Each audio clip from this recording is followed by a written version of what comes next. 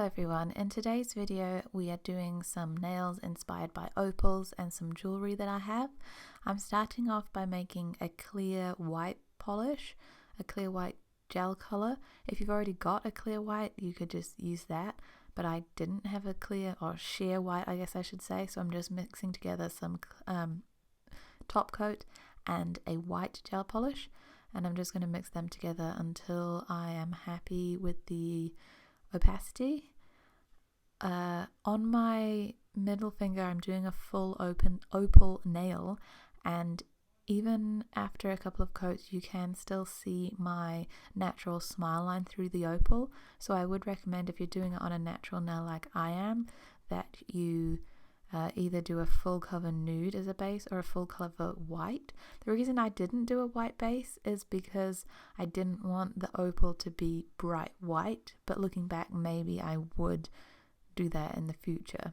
So on my other nails that are not my middle finger, I'm just using this, it's like a light olive green. It's coming off a little bit darker on camera, but I promise you in real life it's, I guess, yeah, an olive green, a pale olive green, not quite pastel, it's just an olive green. And so on my middle finger I'm using that white, sheer white that I created, but you can see it's very sheer, so it's not covering my nail at all, and even after 2 coats and then everything on top of it you can still see my natural smile line.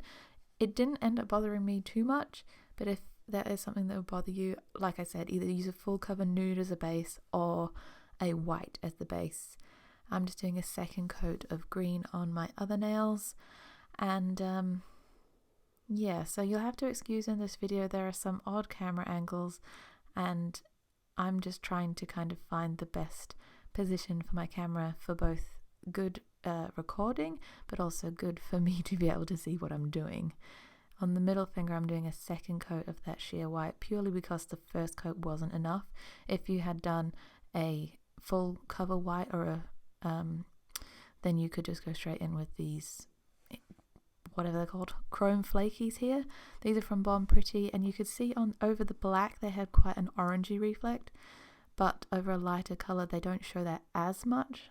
I tried a few different, I guess, shades of these chrome flakies, and this shade is the one that worked best for me, so I do recommend maybe doing a trial nail and seeing which flakies work best for you. Sadly, these Bon Pretty chrome flaky things don't have a number or name on them, so I couldn't even tell you which color this is, but I think at the end of the day any of these kind of chrome flakies would give a cool opalescent effect, but I found this one to be the most accurate to the opals that I've seen, or that I have anyway.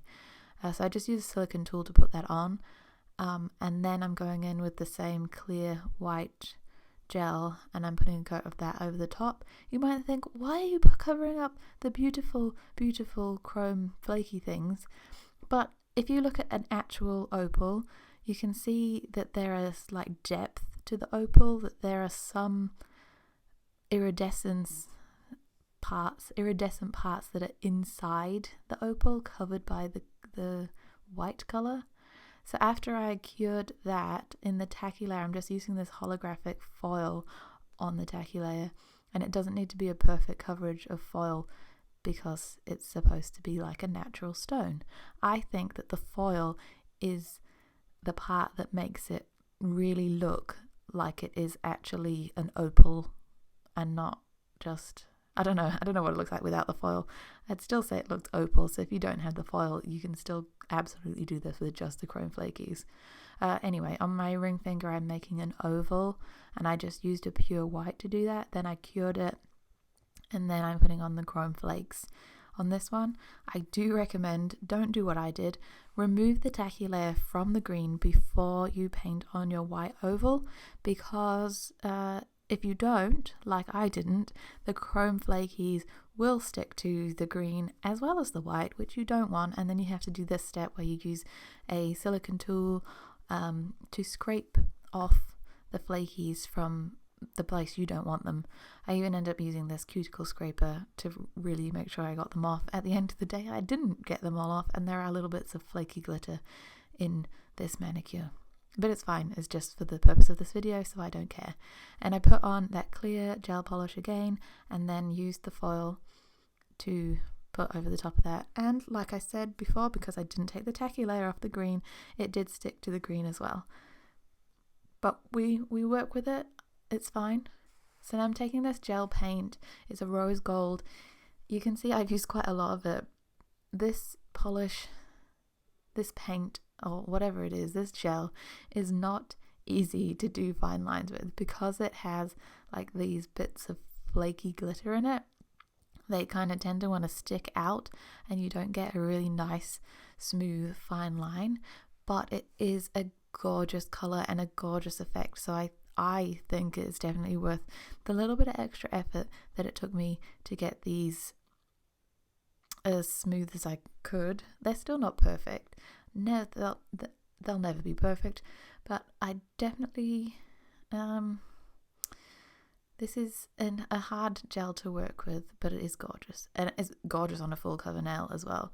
But I'm taking my silicone tool again, and I'm just kind of pushing and scraping and smoothing the gel paint into the position that I want it to be in, and then I cured it.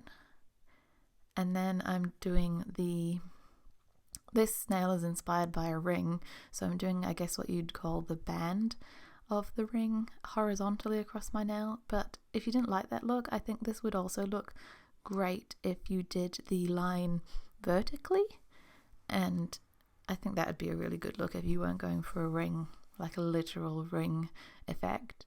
I actually think it probably would look better the other way. This still looks very nice this way as well though. But the key to this is just go in stages. So on this middle finger I am outlining the entire nail, and like I said before, this polish is not easy to draw fine lines with, so I spend quite a bit of time using my silicone tool to push and prod and perfect the line. And then once I'm happy with that section for this nail, the outline, I go ahead and cure it before I go on to the next stage, because I don't want to have one part perfect and then I go and put on the next part and that part's just terribly horrible and it ruins the whole thing and I have to start the whole nail or the whole design part again. So I like to do one section, be happy with it, cure it so it's set in place, and then I can go in and do the other parts. So here, I guess I'd describe it as it's going to be like a double X design. It is inspired by a ring that you'll see at the end of the video, but I'd just like to take a second and say this is a great shot of that ring finger. It really does show that it looks like a ring. But I'm taking the same rose gold gel paint and doing 2 diagonal lines parallel to each other. So I guess the middle of the 2 parallel lines, like the center of the 2 parallel lines, would be the center of the nail. So I'm kind of doing 2 parallel lines around the center of the nail. That's not really making sense, but I hope you can see what I'm doing. The middle finger is a little bit out of focus, but you can really see the holographic foil on there.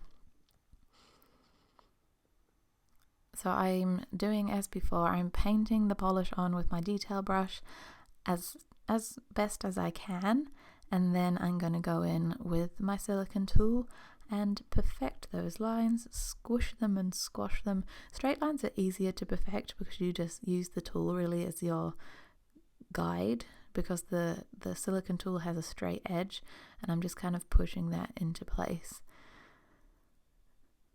If you were very stressed out about this, you could do one line, cure that, then do the second parallel line, but these two were far enough apart for me that I could get my silicone tool in between them and I was able to clean both of them up, or each one of them up without messing up the other one. And then once I was finally happy with the positioning of those lines, I did of course fully cure them before I went on to do the opposite diagonal lines. So this is basically exactly the same as before, but opposite. So you want the top 2 points to start in the same place and finish in the same place on the opposite side of the nail. Hope you can understand what I'm saying. Probably not. But I'm doing the exact same things because the first 2 lines are already cured. I can paint on top of them and I'm not going to move them. And I'm also able to perfect these lines with my silicone tool without smudging the lines underneath. So I'm just doing exactly the same as before, 2 parallel diagonal lines, and so that way you've got like a little square or diamond that is around the center of the nail.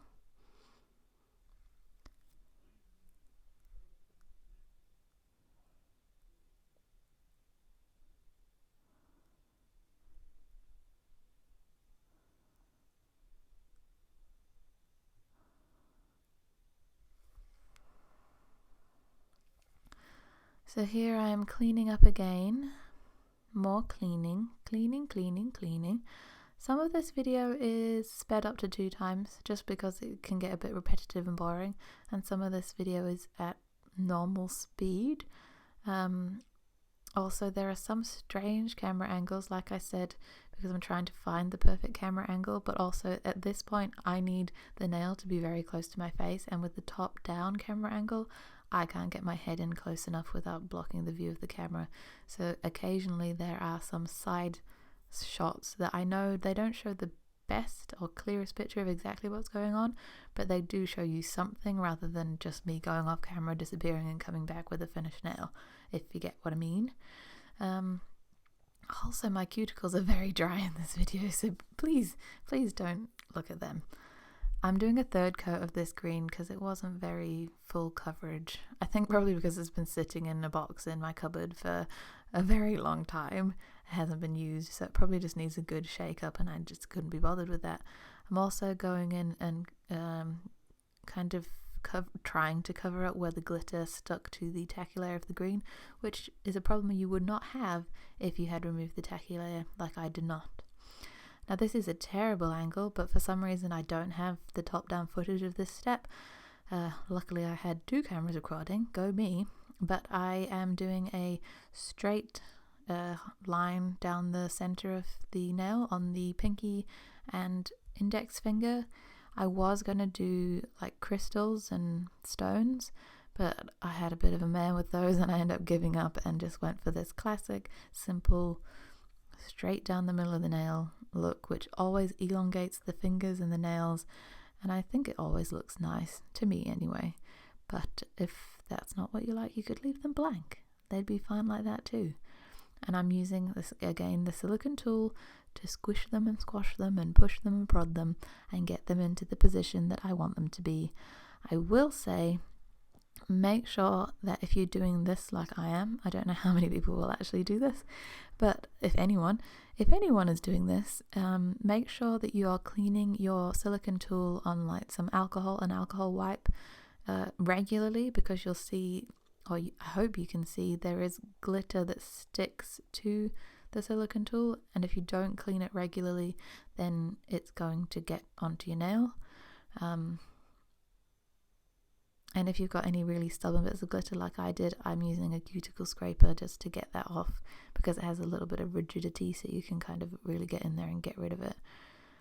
Now I am going to double top coat my nails, one to smooth them out, because the opal on the ring finger and also that line on the other 2 fingers is a little bit raised because the gel, the rose gold gel that I used, is quite a thick one, and then also because the opal has a few layers of product to get the effect that we're looking for. But also I'm doing 2 coats of top coat to protect the holographic foil, because I do find that holographic foil tends to wear a bit faster than just regular colour. These are the rings that inspired this design, so you can kind of see that shape that I have done on the center, on the middle finger, and this ring is obviously not present in the design, but it's an opal, although I think it's a fake opal, so you can kind of see the color shift in that opal and the color shift in my nails. These don't come off on camera as nice as they do in real life, but I think they still look pretty good on camera. They are really pretty, and I think the full opal nail would be a great one to just have on all of your nails, maybe without the rose gold design, just on all your nails for like a bridal look. It really is gorgeous. It's subtle, like from a distance, it's subtle, but as soon as it catches the light, it's really gorgeous. And it's actually relatively simple to do. So yeah, I hope you enjoyed this video. Please like and subscribe, and I'll see you in my next one.